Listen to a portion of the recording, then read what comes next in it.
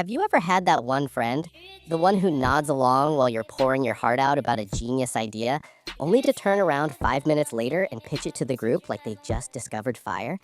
It is one of the most awkward, blood boiling moments in human history. It's that slow motion realization where your jaw hits the floor and you're just standing there like a sim with no instructions. You want to scream, but instead you just kind of blink repeatedly while they soak up all the oohs and ahs. Picture this. You're sitting at a coffee shop and you tell your best friend, dude, what if we made a gym for people who actually hate gyms? Like just a room with soundproof walls where you scream for 30 minutes and leave. It's a joke, but also maybe $1 million idea. Your friend laughs, says it's okay, and then 2 weeks later, you're at a party and you hear them telling a circle of people, so I've been developing this concept for a vocal catharsis center. Wait, excuse me, that's my scream room.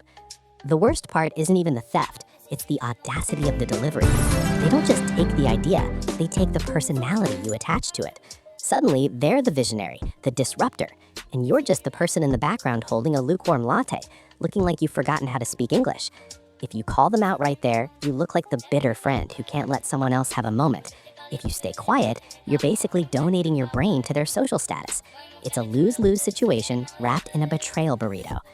And let's talk about the micro theft. This is the friend who steals your jokes. You whisper a clever line to them at dinner, they don't even chuckle, but then 30 seconds later, they shout that exact same joke to the whole table. Everyone roars with laughter. The waiter is laughing. The person at the next table is laughing. Your friend is basking in the glory, and you're just sitting there wondering if you've been ghosted by your own vocal cords. It's a special kind of pain.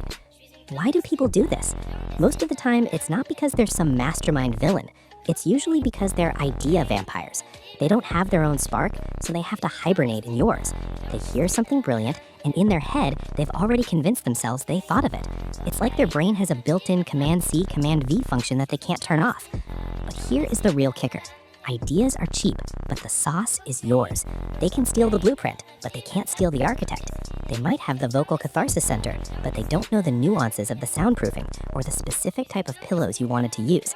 They're running a marathon they didn't train for, and eventually they're gonna trip over their own stolen laces. So how do you handle an idea vampire without losing your mind or the entire friend group? First, there's the praise and claim move. When they start pitching your idea to someone else right in front of you, you jump in with, I am so glad you liked that idea when I told you about it earlier. I was actually thinking we could add X, Y, and Z to it. It's polite, it's professional, but it's a total power move. You're basically putting a giant digital watermark on your own thoughts in real time.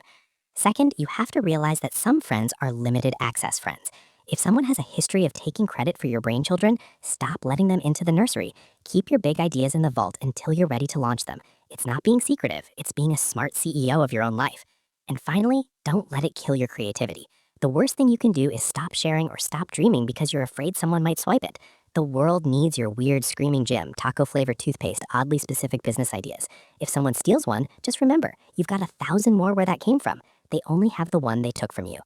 The truth is, if someone has to steal your spark to shine, their light was never going to last anyway. They're just a mirror reflecting your sun. Eventually, the sun moves and the mirror is left in the dark. So next time your friend tries to Christopher Columbus your thoughts, don't just sit there feeling like a background character. Take a breath, realize you're the one with the talent, and maybe, just maybe, start charging them a licensing fee. Or, just get better friends.